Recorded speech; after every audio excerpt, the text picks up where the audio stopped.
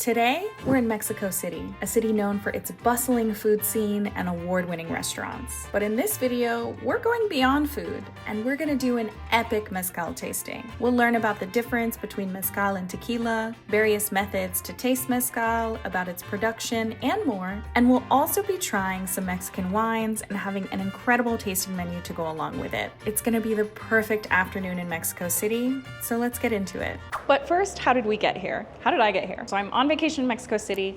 I promised myself when I came here that I was only gonna film one thing, this incredible food tour, which I also have a video of. And then I said, girl, you gonna be off work. You're here with your two best friends. We're celebrating 10 years of friendship, by the way. You're gonna bop around, you're gonna eat, you're gonna explore, and you are not going to work. And I held myself to that for most of the trip. See, what had happened was we were walking around Centro, very close to Juarez, and we were bopping around, we were going to this market, and we wandered by this really cute small shop. It was gorgeous, the sun was shining, and we saw a sign that said, Express Mezcal Tasting, 15 to 30 minutes. So of course we had to come in and do the tasting, and what was supposed to only be 15 or 30 minutes ended up being such an incredible experience. We were here for almost 3 hours, which was totally our fault because we were asking all these questions and we felt like we learned a lot, but also just the owner and the space itself was so welcoming.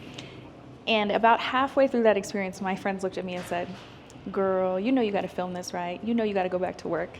So here we are, a couple days later, back in the same space, ready to explore. I booked another mezcal tasting, and I booked another tasting option they offer because it was so incredible that I have to take y'all with me. So let's do it. Hi everyone, welcome to Dos Cuerpos. I'm Ceci. What we do at Dos Cuerpos is we try to find the best selection of Mexican spirits, mostly mezcal, but also Mexican wine from different parts of Mexico. We try to break this idea that all mezcal is super smoky, super strong, and that it always comes from Oaxaca, and that all Mexican wine comes from Valle de Guadalupe, which is the main producer of wine here in Mexico. We have from different states, from different parts of the country, everything, small batches, small productions, really high quality. We work directly with the producers, and we're a small boutique, but also tasting service. So welcome. We're gonna do an express tasting, and what we're gonna do is we're gonna try 3 different mezcales from different regions and with very different tasting notes. So for this first one, we're gonna start with Grado 40, which I love to start with this mezcal because it's very smooth. In general, mezcales have 2 different distillations, but this one has 3. So it makes it a little bit more elegant, if we can call it like that. It means that it's like softer, smoother when we have it in our mouth. This is perfect to start with.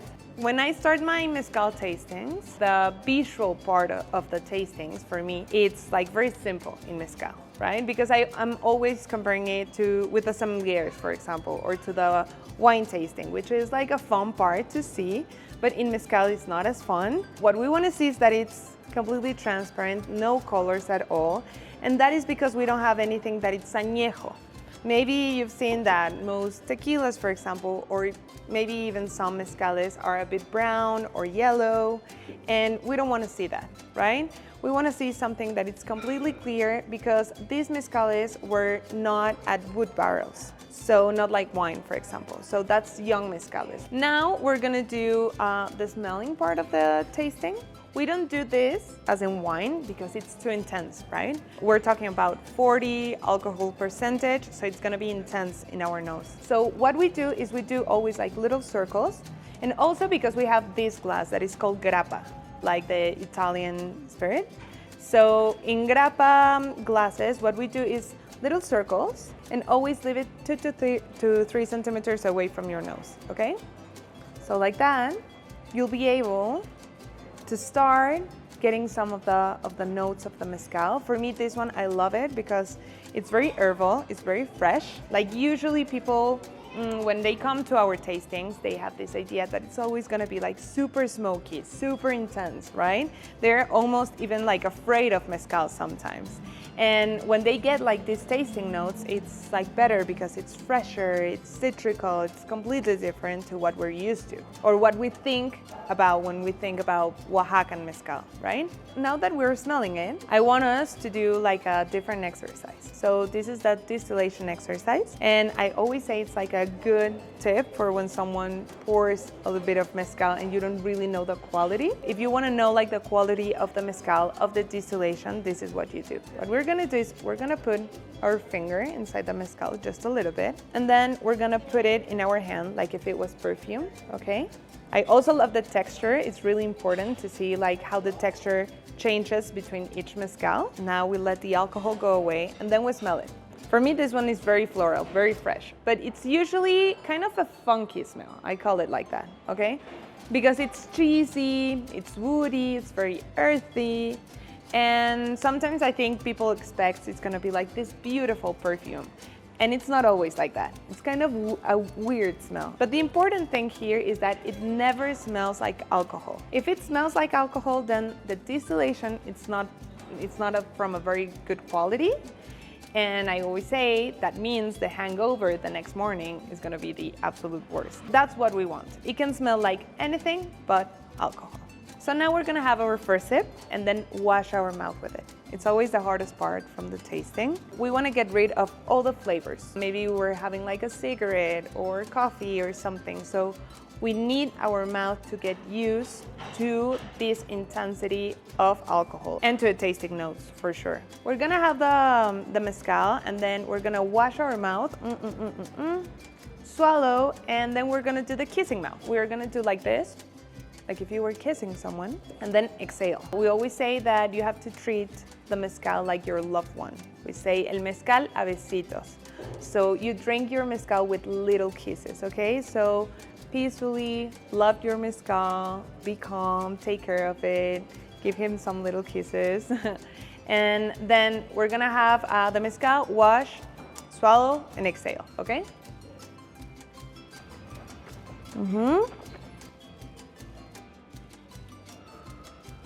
Okay? This first sip is always a bit intense. It's very strong, so it's okay, don't hate me. We're gonna have a second sip right away. So now this time we don't have to wash. We're only gonna let it there in the tip of our tongue 2 to 3 seconds and do exactly the same with the kissing mouth.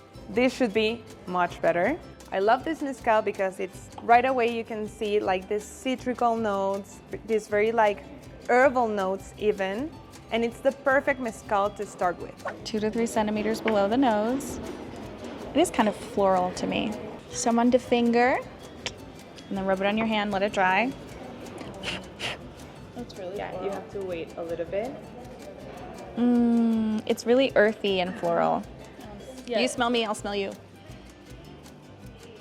Oh, yours is herbier. Or like Yours herbier. is more flowery on you. Yeah, Okay. It smells like umami, yeah. I'm a umami girl. She's a floral girl. Against my will. I don't want to be. It's always different. We're doing our first little... We gotta wash it first and then sip it. Yeah. We got wash. Intense.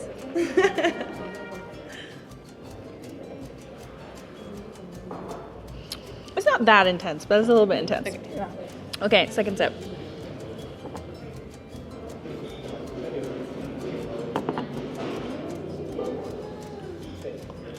Better, right? Much mellower. I do think this is it's not as smoky as people would expect.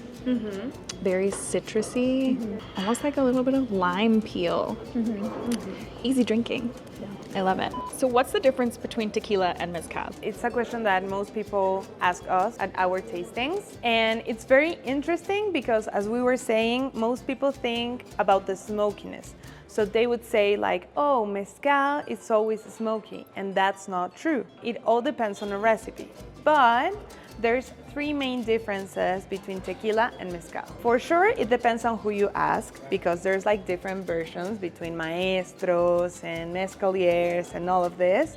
But there's 3 main that we need to know, okay? So first one and most important one is the plant. For tequila, there's only one type of agave, which is called the Tequiliana Weber, the blue agave. That's like the common name, right? Then for mezcal, we have a lot of different agaves that we can make mezcal out of. That doesn't mean that all agaves, we can use them for mezcal, okay?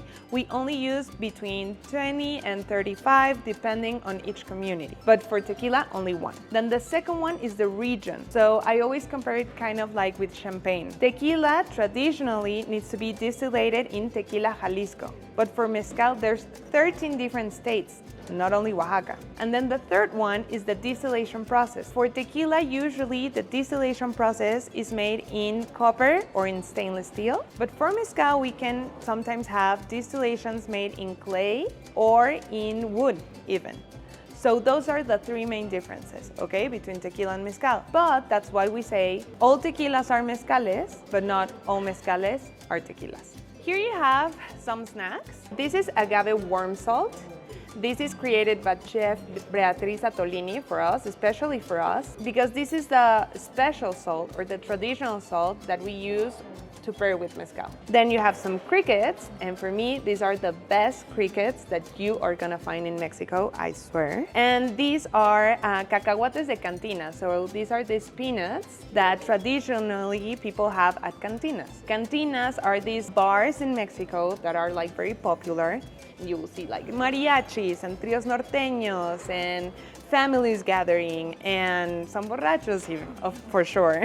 Usually in cantinas, as soon as you arrive, they will give you this type of peanuts, okay? The cacahuate de cantina, because it's very salty, so that makes you want to have something to drink. And it's very interesting because in cantinas, the tradition is that you can take 2 or 3 drinks and food's free. We created our own version of cacahuate de cantina.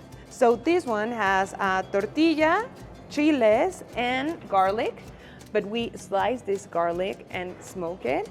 So it's amazing, but be careful because it can be spicy. And also the crickets are prepared. So these have garlic and lime. These are amazing, very meaty, not really dry. So I love to have these crickets and the cacahuates with my mezcal.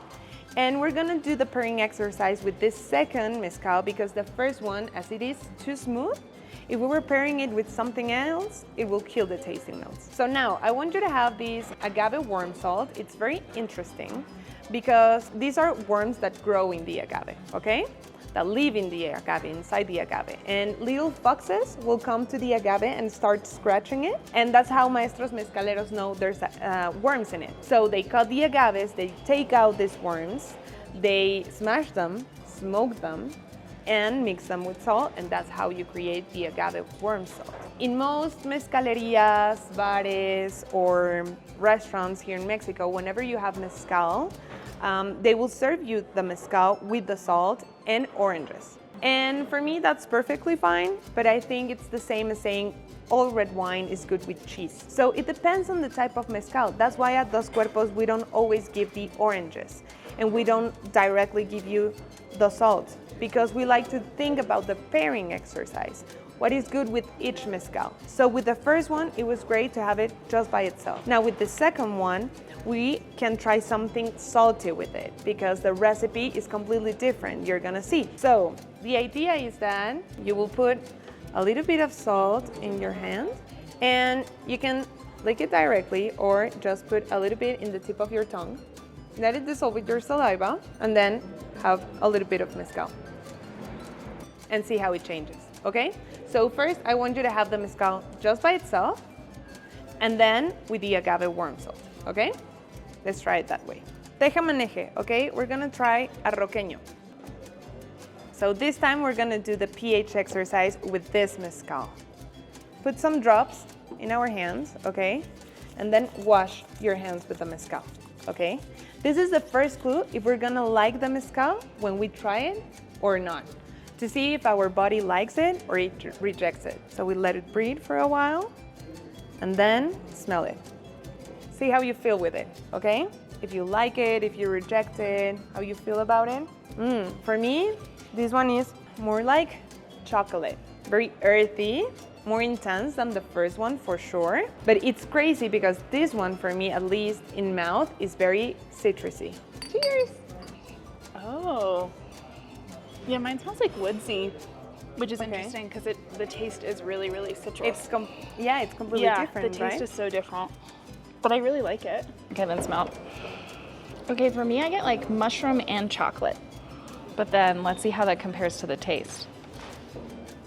So there's a little citrus, but I also feel like I get almost vanilla from this. Okay, interesting. Like a very smooth, semi-sweet vanilla. It's like a vanilla lime. And then, ooh, wait, I gotta try it with the worm salt. See how it changes with the worm salt. Okay, just gonna put a little salty. You wanna lick it off my hand? With the salt, it's sweeter. Yeah. And even more, for me, vanilla with the salt, because it's like much sweeter. And it's almost like vanilla caramel with a little citrus. It takes away this intense smokiness, Yeah. right? It's very different. So I love this project because it's from Michoacán. It's a selection that we have from Michoacán right now, from Sitio. It's a beautiful place that has like lots of mountains. And it's from a maestra mezcalera. So maestra mezcalera, Angélica Obeso, and she really likes making these recipes that are very fruity, very citrical, very fresh, right? It's interesting to try recipes from all over Mexico and see how it all changes. I'm in love with this project right now because they, all the selection that they have these intense traditions around it. And for example, this is specific mezcales, Angélica Obeso, she puts it underground, her mezcal production, for 9 months, and she takes it away for Dia de Muertos. So this really adds like other tasting notes to it, like to make it reposado, but underneath, like earth. One of the things I love about mezcal is that it's very poetic, at least for me, all its production. The first thing that we need to know about mezcal and agaves is how they reproduce. So it's very fun because the best friends of agaves are bats. So what an agave is doing their entire life, it's concentrating all the sugar in its center, in what we call the piña, like the heart of the agave. Once all the sugar is inside, a flower is born, but that means the agave is dead. So the agave dies, but a flower is born. And this flower is called quiote, and it's the one that we have at the store hanging. And it can be like 9 meters tall. It's huge and it's beautiful, like yellow, bright yellow. And that's where some hummingbirds, bees, but mainly bats will come, and they're like the main pollinizers of agaves. But this takes a while. So that's why I always say like we have to be like super respectful with agaves. Because for example, espadín is like the cheapest mezcal that you can find and the most common one, not only because the agave can grow mostly anywhere and in any weather, but also because Espadilla angustifolia takes between 4 to 6 years, maybe 8 years to grow. But for example, arroqueño can take 8 to 15 years to grow, okay? And now we're gonna try something that can take from 35 to 40 years to grow. So for me, these are very important beverages, and whenever I think about this, I see mezcal completely different, right? You understand why we say you drink your mezcal a besitos, you treat it with love. You don't like directly shot this type of mezcales because at the end of the day, these are very important productions that not only it takes a lot of time and a lot of human effort to do it, but also it's very sacred, right? Like the plant took 30 years to grow. So for this mezcal, El Confesor, the confessor, the one that confesses, I also love the presentation in the bottle because they even do like the glass, the artisanal blown glass bottle, and it's sealed with beeswax. This is like one of our jewels and it's the bestseller at Dos Cuerpos. It's from agave criollo and wild agaves. The production is super, super small. It's from Malinalco, which is very close to Ciudad de Mexico. The maestro mezcalero is Joel Pedrosa. What I love about the production of El Confesor is that the distillation is made in clay and the smashing process of the piñas is made also by hand. This is a very artisanal production. It's a traditional production because of its recipe, and we're gonna try it now. We can compare it to the first one maybe. Now we'll see how the drops fall. And this specific batch is 48 alcohol percentage. It usually changes, right? Because as it is a very small production, it changes each season, each year. For this specific batch, that's the alcohol percentage, but next year it can be completely different. So now we're gonna smell it. It's interesting to try with one side and then with the other. Sometimes we get different things. One of the sides a little bit more developed, so you get more. What do you feel about this one? Feels more floral, whereas the Araqueño was really citrusy to me on scent. Can you get like some ginger in it? Ginger. And it's interesting, like the first one I thought was floral, but I think that was partially because it was light, and this is stronger, but has just like more complexity to it, it feels like. This mezcal is like super complex, and you're gonna see like the evolution of the mezcal, of the first thing that you smell, and we can let it rest for a little bit, for a few minutes, and then after it can be completely different. Now, let's have our first sip.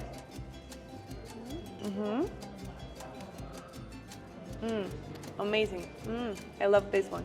So for me, you can even get like some chile in it. It's smoky, but there's like cinnamon, and I love, remember we said it was wintry. Yeah, it reminds me, it's like chai spices or tea spices. Exactly, it's like cinnamony, orangey, it feels cozy and like kind of warm, but it's still pretty light on the tongue. Like it doesn't have that overwhelming sense. It's not overly smoky, but it does feel probably the smokiest of the ones we've had, I think, for me at least. But different, right? But really like, different, yeah. Not the smokiness that you usually get from most No, mezcales. it doesn't feel ashy in any way. It doesn't have that like exactly, smoky in a different way. This one to me is the most chocolatey, very wintry, cinnamon, clove, some orange, maybe nutmeg. Like very spicy, nutty, but it's not what I'd expect from the way it smells. It's completely different, yeah. Oh yeah. This one is delicious. The It's almost distillation salty. in play. Yeah, a little bit. At the end, right? It's almost salty. I think I found the perfect pairing for Confesor. I always try the mezcales with different flavors, with different types of Mexican food. And I always choose like each pairing very carefully. And for Confesor, I tried everything, but people were not like even thinking when I was like with my staff or with maestros, they will always think about like the salt or salty stuff in general, like the peanuts and the chapulines and maybe guacamole, things like that, cheese. One day I was like, hey, I really want to try like the pairing with sweet food. But I was not even thinking about like a specific dessert, but there's this chocolate in Mexico called chocolate de mesa. That is the chocolate that usually in Oaxaca, they use it for chocolate con agua, or it's very common to relate it here in Mexico to chocolate abuelita. This chocolate de mesa, they only mix it with water, they don't add any milk to it, and you drink it, but I'm obsessed with it. So I will always like grab a bite of this chocolate de mesa, and for me it's like delicious before they started preparing it for chocolate con agua. And once I thought like, hey, I should like try this specific chocolate that it's very common in Oaxaca with mezcal. And when I tried Confesor and I was thinking about its pairing, I was like, I think it's gonna be like really good with this chocolate, and I want you to try it because I think I found like the jewel. Confesor with this specific chocolate is just like the best experience at our express tastings that you could ever get. Chocolate moment. You're gonna try that one today. Honestly, I just like this chocolate. It's delicious. It's like cinnamony, almost a little salty. Oh yeah. I could make a little, what did you say, chocolate con agua? With this. That would be delicious. It really brings out the like spicy, almost warming notes of this mezcal. And together I'm like, oh, we gotta make a drink from that. We have to, which, you know, after her very informed speech about how long it takes to make these mezcals and like the poetry of it and how important they are, I probably shouldn't be making like cocktails with it, but. This is a surprise because I told you about this yesterday. You told me you tried café de olla, right? Yes. That is like the traditional coffee in Mexico that is like very sweet because it's with cane.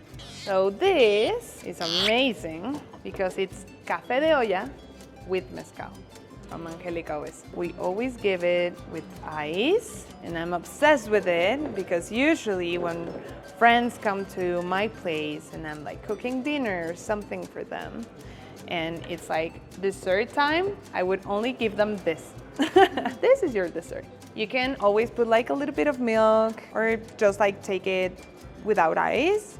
But for me, this is like amazing and it's great for cocktails. So if you like espresso martinis, this is another thing. So This is a surprise because we keep coming back. See, be a regular customer and be nice to people. And don't be a dick when you're traveling. And it's amazing what could happen. I say that because I feel like Americans will often complain about how they're treated when they're abroad. And then I'll hear the whole story and I'll be like, the person in the wrong, in fact, was the tourist. I'm just getting that nice kind of like spiced coffee element from it right off the bat. Oh, I gotta get a bottle of this too. I bought 2 bottles when I was here the other day, and I'm going to buy this as well. If my suitcase is overweight, I'll just pay the fee. It's fine. It's worth it. I like to bring back consumables from trips because I feel like they're things you can share with friends and family. They're things that remind you of that place, and like it sparks that sense of memory when you're like, oh, if I pour a glass of this at home for me and Bae, I'll literally then be like, okay, well, I'm gonna tell you all about my Mexico City trip, and I'm gonna feel all warm and fuzzy, and it's gonna be amazing. Yeah, I actually never want to hear about an espresso martini again. Like, this is all I care about. It's so good. It's like orangey, spicy, but you still get a full coffee flavor, and there is still like discernible mezcal in it. It doesn't feel like sometimes with the coffee liqueur it can feel almost syrupy, or you don't get like that core flavor. And I love that this still comes through. So I will also be buying another bottle that I don't have space for. But here we are. We pay the fee. We pay the fee. We pay the fee, and we say thank you. So we're finishing our mezcal tasting, but we're not done yet. So they offer mezcal tastings here at Dos Cuerpos, but they also sell Mexican wines. And I will put the contact info for this in the caption, but they offer other tasting options. So we booked a 4-course meal cooked by a local chef who's also a sommelier, who will be presenting each course with a Mexican wine pairing. So strap in, we got more to go. Hi, my name is Belen. Nice to meet you. I am the chef and sommelier here. I'm also kind of like the manager of the place, so there's like a lot going on. I've been in Dos Cuerpos for 2 years now, and the second I got here, it became my dream job. I love working with the person who became one of my best friends. Ceci and I have like this great energy working together, so I love it, and I'm very excited for you to try our wine selection and the food that you're having. We're gonna start with Pisces or Pisces, which is how we say it in Spanish. I'm gonna get myself a little bit so that we can do the tasting. So this is 100% Chardonnay. It isn't aged at all, so it's like a very fresh, bright white. And this is from San Luis Potosí, which is like a newer region for winemaking. Ceci's obsessed with this wine because she's a Pisces. Oh my God, okay, cool. We love a Pisces. Pisces men, no, not so much, but we love. Women we love. Yeah, we love Pisces women. We're gonna grab our glass. You wanna put it like at the height of your chest. Traditionally, if we were to do this on a more formal manner, we would like to have a white sheet or something under, like at the height of the table, so that we could see for the color better. Here we don't really have to do it. This is more like a casual experience, but it's like, I would say it's like a hay tone to it, kind of. What do you think? Yeah, I think hay, or almost like some greenish a little bit undertone green, as yeah. well. Yeah. Yeah. It's really beautiful. Yeah. Our olfactory aspect of the tasting, you wanna get your nose in there. And so there's 2 stages for the olfactory aspect of the tasting. At first you want to do it with your glass standing still, and then you want to swirl it. So at first you want to perceive the notes. So what do you think? I feel like it's very like citrusy and very herbal. It doesn't have a lot of expression yet, but then after we swirl it around, it'll like really brighten up. At first I was doing it far away because I was used to the mezcal, and then I was like, oh no, Yeah, we have to go in. For wine, with you the have wine, to really yeah. go in there. Okay. So yeah, okay. It feels more melony to me now. Yeah, it becomes like more tropical, right? Yeah. like a little pineapple. Pineapple, yeah. Star fruit, maybe mango, like green mangoes, not so much like super ripe mangoes. Still really fresh. And kind of like the ocean, right? Like a day at the beach. Like fresh. Yeah. Yeah, it's really nice. It does get more fruity when I swirl. I don't know if I would say green mango, but almost like, to me, almost like papaya. Papaya has that. Papaya, so that's why I feel like So I love papaya, and papaya has that kind of tropical but deep element to it.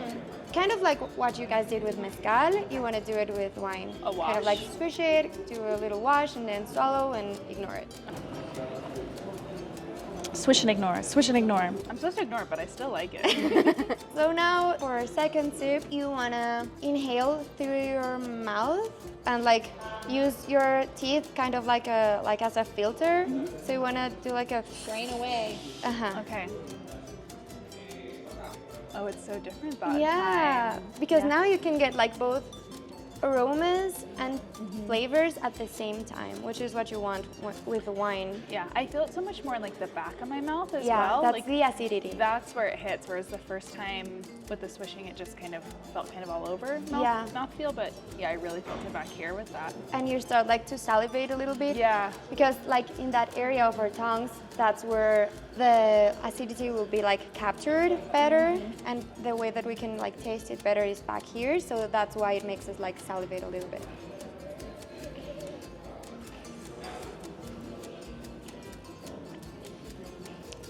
Salty, slightly unripe papaya, I would say. I don't think passion fruit, like it does have a tropical fruity element. Yeah. Passion fruit's too sweet for this. So this is our first course. This is a Oaxacan chalupita. A chalupita is kind of like a tortilla chip, but it's like hollow and thicker. And it has cactus salad on top, some panela cheese, which is kind of like our mozzarella, like a very fresh, milky cheese. And it has honeysuckle flower on top. So I hope you guys enjoy it. And let's like try it and then have a small sip of the wine and see how do you like the pairing. The interplay. Yeah. Okay, I'm gonna have my little chalupita. It's beautiful. This is the type of dish where it's so pretty. Sometimes I feel bad destroying it, but alas, I love to eat. Wait, I'm gonna make sure I get one little bite of cheese in my first bite too.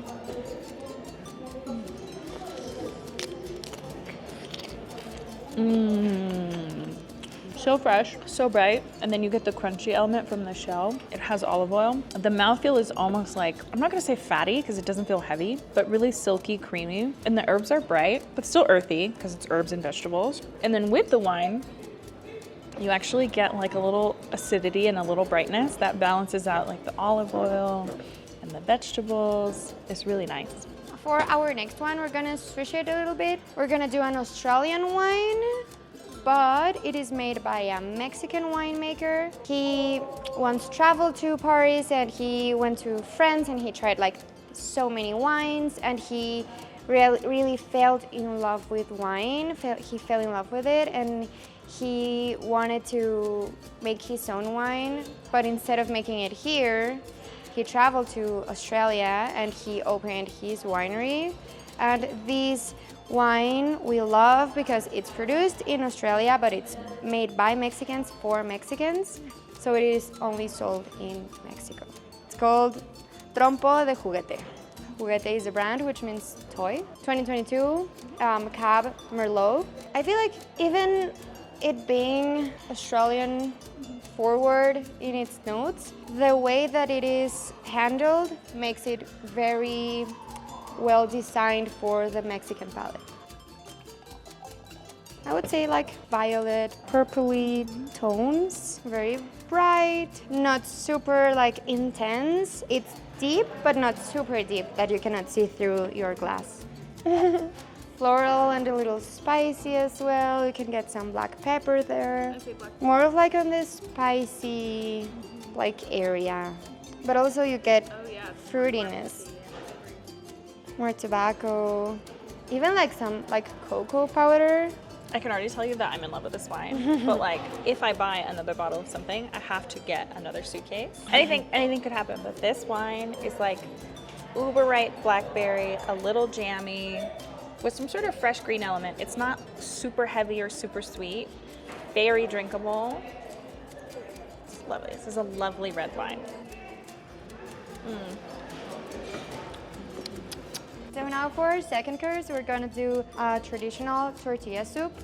This is a tomato-based soup with guajillo chilies, which are these earthy, dry peppers. They don't have any spice to them, but it can add like a little kick to the soup, and it also has some tortilla blended in, and it gives it like this very creamy texture. And it has some tortilla chip strips on top, some pork rind, avocado, sour cream, and cheese, and some grasshoppers too. When you do this pairing, the wine transforms a little bit and it becomes like a little tomatoey, like a Sangiovese kind of, and the acidity becomes like a little sharper on the wine. And I don't know, it's more of like an uncommon pairing to do, but I feel like it works very good. And like the earthiness from the tortillas and the umami from the pork rind really round up the whole flavors with the wine. Soup time. I'm gonna get a bite that has everything. So it has a little tortilla strip, has a little cheese, has a little grasshopper and cream, and then I'm gonna put a little chicharron on top. The cream is amazing.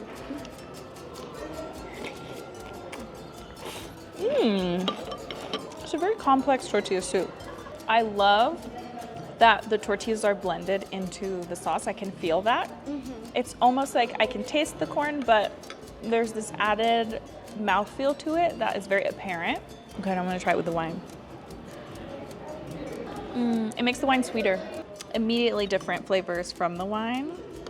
The wine definitely tastes sweeter, but also a little bit more tomatoey, so like almost more acidic as well. Yeah, this is amazing. Okay. She's off to prepare the second course, the third course. She's like, it's gonna take a minute or two, so I'm just gonna leave the wine bottle. And I'm like, you know, that I can get down with. So every time I show clips of me eating, I always get people in the comments who are like, oh, could you take any bigger bites? What's wrong with you? It's so uncouth. Y'all would be less grumpy if you ate regular meals, I swear to God. Or if you enjoyed it. You would have less time to be a hater if you spent more of your life enjoying the good things, like an incredible meal cooked by someone who really cares about food and just wants you to enjoy it. I swear. I'm just saying. 90 seconds later. Perfection. Aguas Calientes, that's the region where this is produced. Aguas, water, calientes, hot. So it's a very, very warm place. The warmth helps the wine evolve better if you were to serve it at the usual temperature for a white, because it would get too warm at the moment, like at the time that you're drinking half of your glass. So that's like the way to preserve it and have like a better tasting experience. And they do it almost like a slushy, yeah. This is 100% Viognier, which is very uncommon in Mexico to find. 100% natural wine. To me, natural wine is on a weird spot for me. Didn't love natural wine. I didn't have like the most positive opinions around natural wine. I was much more of like a classic traditional wine person myself. But with these specific labels that I've been finding around lately, I found that the best natural wine is the one that doesn't, like, you don't notice that it's natural, right? Like it tastes just like a traditional classic wine. Because like this funkiness and these like weird aromas that you can get from natural wine sometimes, to me, it's like an excuse to sell something super pricey and little stinky and not properly produced. So natural wine is the one that is produced with no human intervention, but like harvesting and letting it ferment naturally. You don't add any laboratory yeast, you don't add any sulfites, you don't make any acidity corrections, you don't make any sugar corrections, and you don't filter it. So that's why it's like a little cloudy and it can have some residue on the bottom. That's a natural wine. For classic wine, you do intervene Sometimes with the yeast, you get laboratory yeast that are specific for the wine that you want to get as a final result. You do filter it, you do add sulfites, you do corrections for pH, for acidity, for sugars. I still think that the least corrections that you do is best, but I feel like clarifying and filtering is very important for wine because it really gives you this extra sensory aspect that you need for a whole wine tasting experience, like from the visuals to the aromas and then going to the texture and mouthfeel and then like the whole thing. So that's why I prefer it, because I know that it's like very trendy and hot and people love it, but depends a lot on how it is produced to me. Okay, so let's see what you think about this one. I really like it. And you see how I pour it and it's like thick almost. It does have that natural wine funkiness to it, a little bit more funky. Served cold, cold, cold, cold, cold, so it's almost like a slushie. Of course, we've been chatting, so it's warmed up a little, but it's still definitely much colder than I would the usual. typically serve a wine. Peaches, apricot, nectarine. I'm definitely getting more apricot. Apricot, I feel like, is a little bit subtler than peach. It's a little sweeter than I expected. Yeah, it has like a little bit of funkiness, but it's not overwhelming. It's honey-y. Yeah. It's almost like honey fruit. Very mild. And I love the texture. It's thick. I like this. Yeah. Do you think I would go into it? I don't usually like Viognier that much. Yeah, I don't usually like whites that much, but I really like this. I mean, hold up. She said, I don't really like whites that much. What about champagne? Well, I like champagne. Okay, this course seems really interesting to me. It's almost like a risotto, but she's like, no, it's not. It is a rice made with poblano peppers. It's almost like a sticky rice. We have a cheese from Oaxaca, but it's not Oaxacan cheese. We have a truck blowing its horn outside. Okay, trying to kill my vibe. And then these huge prawns, baby girl. All to go with this beautiful natural Viognier that she's serving with it. Okay, let's try the poblano rice. Rice is beautiful. She's right, it's not a risotto. It's more like, it is kind of like a sticky rice. The pepper comes through nicely and then the cheese kind of adds a salty element. Now let's do what we gotta do.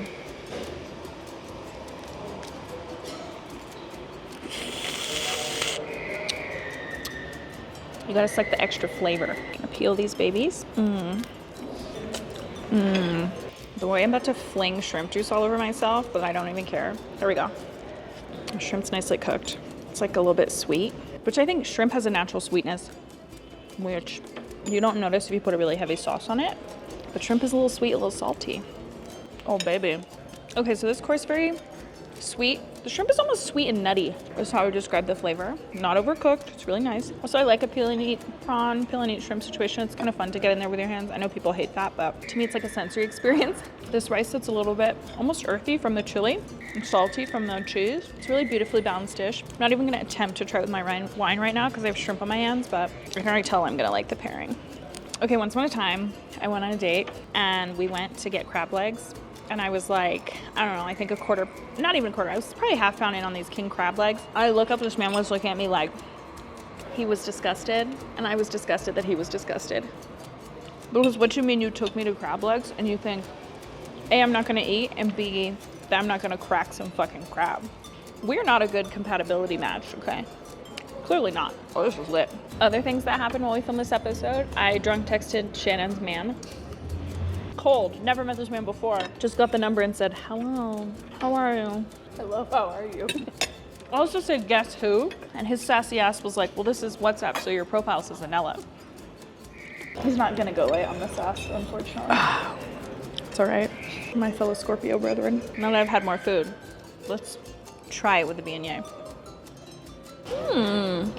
I feel like the poblano rice, it does have an almost, I'm not gonna say earthy, but it's not funky. It's like a bell pepper, grass, mild chili kind of element. So earthy, salty from the cheese. And the Viognier is sweeter than I expected and very clean.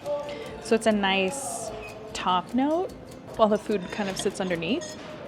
We're doing Ensemble. This is a 2021. It'll be like stronger, sharper, but it's really good with chocolate. And Ensemble is actually like a bigger brand, a bigger project, but we like keeping it during some seasons because this was one of our first projects that we ever worked with back when it was smaller, so we really like it. Ensemble is from the same brand as Casa de Piedra, which is a very traditional winery in Mexico that is like very special because it kind of pioneered modern wine culture in the country. Its enologist is called Tomás Egli, who works in collaboration with Hugo da Costa, who is like the enologist in Mexico. Like he started like the whole industry, like he started running it. We had a really big amount of winemaking regions in the country back in the